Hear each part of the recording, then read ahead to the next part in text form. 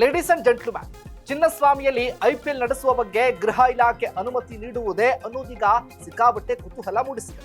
ನಿವೃತ್ತ ನ್ಯಾಯಮೂರ್ತಿ ಡಿ ಕುನ್ಹಾ ನೇತೃತ್ವದ ಸಮಿತಿ ಶಿಫಾರಸ್ಸಿನಂತೆ ಕ್ರೀಡಾಂಗಣದಲ್ಲಿ ಸುರಕ್ಷತಾ ಕ್ರಮಗಳನ್ನು ಕೈಗೊಳ್ಳಲಾಗಿದೆ.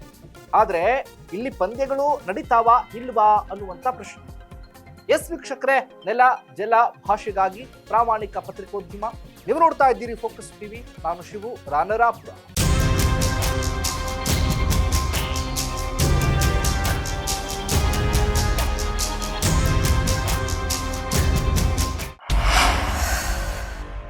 ಕಳೆದ ಮಾರ್ಚ್ನಲ್ಲಿ ಬೆಂಗಳೂರಿನ ಚಿನ್ನಸ್ವಾಮಿ ಕ್ರೀಡಾಂಗಣದಲ್ಲಿ ಸಂಭವಿಸಿದ್ದ ಕಾಲ್ತುಳಿತದಲ್ಲಿ 11 ಮಂದಿ ಸಾವನ್ನಪ್ಪಿದ್ರು.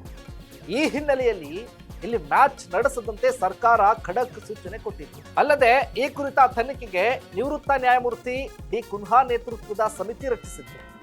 ನಿವೃತ್ತ ನ್ಯಾಯಮೂರ್ತಿ ಡಿ ಕುನ್ಹಾ ಸಮಿತಿ ಶಿಫಾರಸಿನಂತೆ ಇದೀಗ ಸುರಕ್ಷತಾ ಕ್ರಮಗಳನ್ನ ಕೈಗೊಂಡಿದ್ದು, ಅವುಗಳ ಪರಿಶೀಲನೆ ಬಳಿಕ ಅಲ್ಲಿ ಪಂದ್ಯಗಳನ್ನ ನಡೆಸುವ ಬಗ್ಗೆ ಫೆಬ್ರವರಿ 11ರಂದು ಸೂಕ್ತ ನಿರ್ಧಾರ ಕೈಗೊಳ್ಳುತ್ತದೆ. ಐಪಿಎಲ್ ಕ್ರಿಕೆಟ್ ಪಂದ್ಯಾವಳಿಗಳನ್ನ ಆಯೋಜಿಸುವ ಸಂಬಂಧ ಕೆಎಸ್ಸಿಎ ಅಧ್ಯಕ್ಷರಾಗಿರುವಂತಹ ವೆಂಕಟೇಶ್ ಪ್ರಸಾದ್, ವಕ್ತಾರ ವಿನಯ್ ಮೃತ್ಯುಂಜಯ ಹಾಗೆ ಆರ್ಸಿಬಿ ಪ್ರತಿನಿಧಿ ರಾಜೇಶ್ ಮೆನನ್ ಗೃಹ ಸಚಿವ ಪರಮೇಶ್ವರವನ್ನ ಭೇಟಿಯಾಗಿ ಮನವಿ ಮಾಡಿಕೊಂಡಿದ್ದಾರೆ. ಇನ್ನು ಡಿ ಕುನ್ಹಾ ನೇತೃತ್ವದ ಸಮಿತಿ ಕ್ರಿಕೆಟ್ ಪಂದ್ಯಾವಳಿ ವೇಳೆ ಸುರಕ್ಷತಾ ಕ್ರಮಗಳು ಕೈಗೊಳ್ಳಬೇಕಾದ ಬಗ್ಗೆ ಶಿಫಾರಸು ಮಾಡಿತು. ಈ ಕುರಿತ ಅಧ್ಯಯನ ಮಾಡಿ ಕೆಸಿಎಗೆ ಶಿಫಾರಸು ಜಾರಿಗೆ ಸೂಚನೆ ಕೊಟ್ಟಿತ್ತು. ಅದರ ಮೇಲ್ವಿಚಾರಣೆಗೆ ಜಿಬಿಎ ಆಯುಕ್ತರು ಹಾಗೆ ಪೊಲೀಸ್ ಆಯುಕ್ತರ ನೇತೃತ್ವದಲ್ಲಿ ಸರ್ಕಾರ ಸಮಿತಿಯನ್ನು ರಚಿಸಿತ್ತು. ನಮ್ಮ ಸರ್ಕಾರದ ಹಂತದಲ್ಲಿ ಒಂದು ಸಮಿತಿಯನ್ನು ಕೂಡ ಮಾಡಿದ್ವಿ.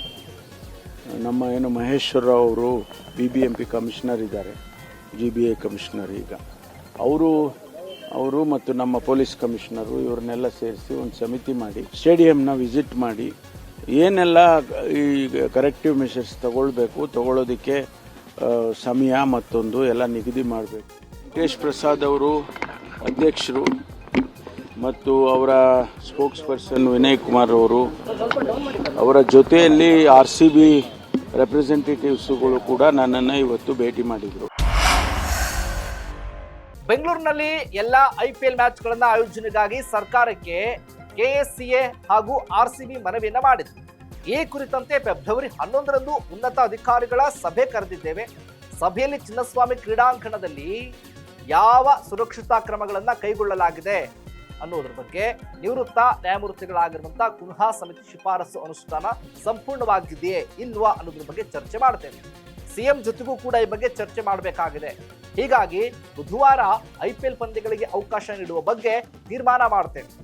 GBA ಆಯುಕ್ತರು, ನಗರ ಪೊಲೀಸ್ ಆಯುಕ್ತರು ಸೇರಿದಂತೆ ಇತರೆ ಅಧಿಕಾರಿಗಳು ಸಭೆಯಲ್ಲಿ ಪಾಲ್ಗೊಳ್ತಿದ್ದಾರೆ.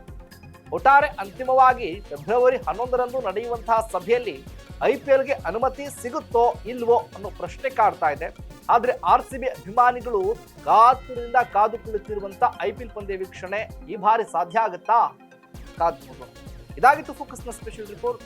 ನೆಲ ಜಲ ಭಾಷೆಗಾಗಿ ನೋಡ್ತಾ ಇರಿ ಫೋಕಸ್ ಟಿವಿ.